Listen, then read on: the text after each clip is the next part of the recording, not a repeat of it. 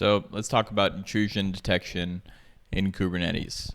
The first half is just going to sound like intrusion detection in general. At the end, we'll get more into how it differs in Kubernetes. Okay, let's do this. So intrusion detection. In the book, they mention basically two types of intrusion detection. One that is signature-based and one that is based on detecting anomalies in the system. So signature-based detection relies on knowledge of previous attacks. So knowledge of previous,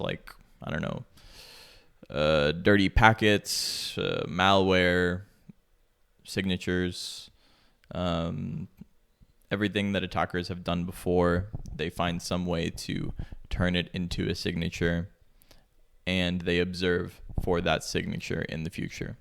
Now, this is kind of rolled up into an IDS solution. So there's IDS providers. I can't name any off the top of my head, but they do this service for you. This isn't something you have to tediously do yourself. And they have long lists of every malware that they've seen in the wild, so that when a hacker uses someone else's malware, known malware, and they use it in your system, it's detected, alarms go off, hopefully something happens. Hopefully there's a response from the organization. And then there's anomaly-based detection, which I don't know the dirty details of how it's done, but it looks for anomalies. So rather than depending on known behavior, it can potentially detect, attacks that don't exist yet, because it's just looking for, behavior that's not normal in the system. Maybe one example is you have a node, it's like a public facing node. Let's say it's a web server, and you find a PowerShell process on it. Well, why would that node be running PowerShell? It's kind of a bad example because it would probably be a Linux web server and PowerShell is a Windows thing, but you get the point. A program that shouldn't be running on a computer. So one thing about anomaly-based detection that kind of sucks is it's kind of prone to false positives. So behavior that is an anomaly might not necessarily be malicious. It might just be the sysadmin poking around, testing internals, blah, blah, blah. It can be unusual, but not bad, right? But when you have false positives and you have alarms going off, you tend to ignore those alarms. So have you ever had an alarm system in your house, for example, and every once in a while, kind of often, someone will forget that the alarm's on, and they'll open the door and the alarm will go off, or just regular house stuff, and the alarms go off, and eventually the alarm just becomes this annoying thing, and you either turn it off or the alarm goes off and you're not scared. You're not thinking oh, something terrible is happening. You're just thinking, well, someone made a mistake. That's the danger, basically, because an alarm system only is effective at stopping intruders if there's a proper response. And there can only be a proper response if the people maintaining the alarm have confidence that when it goes off, something bad is actually happening. So that's kind of one downside to anomaly-based IDS systems. And of course, the downside of signature-based defense systems is that they rely on known behavior. And more so than that, and this leads me into my next topic, which is how to avoid IDS, hackers can use IDS to test their payloads. So it's maybe they can take a known malware, change it a little bit, run it through a popular IDS, or maybe they did some recon on your system and they know which IDS you use, and then run it through and see if it sounds off the alarm or not. And if it does, keep making little changes until it doesn't, Especially if it's just based on a hash of a binary, you can just change one little thing and that hash will be different and it won't be detected. So some people could argue that, for a motivated attacker, signature-based IDS is kind of like a false sense of confidence.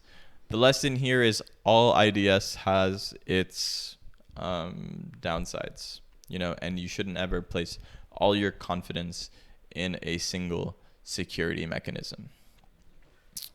Now, when it comes to Kubernetes specifically, IDS is based around looking at, well, first let me mention, you need to use like a specific Kubernetes IDS. So one example of this is Cilium, another Falco.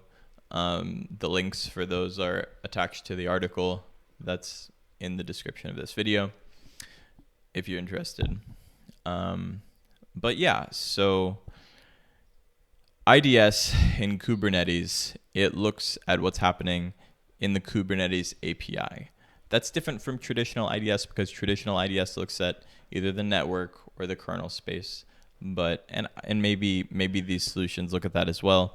But one thing they do differently is they look at what's happening at the API. They specifically analyze the audit logs of your API calls. So in Kubernetes, every time an API call is made, and they're made all the time, everything happens around the API. Everything happens by talking to the API. Every time an API call is made, it gets stored in an audit log for later auditing. One good example of a reason you'd want to audit those logs is security. So yeah, these IDS solutions, they look at these audit logs, they audit them. And one way to get around that is to make sure that your API call, from the attacker perspective, to make sure that your API call doesn't get stored in those audit logs. So this was actually done in 2020 by Brad Giesemann and Ian Coldwater as part of their presentation at a few conferences. I think RSACon and later KubeCon as well. They did the same presentation. But yeah, it was proven to work in 2020. And that's the thing about Kubernetes. There's a lot of things that are feasible, a lot of attacks that are feasible.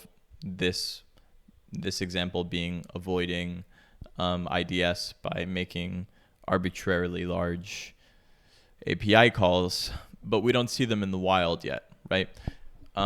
Because for the most part, developers know about Kubernetes, businesses know about Kubernetes, hackers who have been trained to hack web apps or to hack domain controllers on networks, they don't think about Kubernetes. Cloud is new. Kubernetes is just a thing within cloud. It's very esoteric. Security by obscurity. So yeah, these are theoretical attacks, I guess. Eventually, we'll probably see them in the wild. I mean, it's just a matter of motivation, right? And your threat model will influence who you're trying to keep out. But anyways, this was chapter 9 of this book, this O'Reilly book, Hacking Kubernetes, Threat-Driven Analysis and Defense. There is only one more chapter, by the way, which is organizations. And yeah, we're nearing the end of this series. So stay tuned and stay sharp.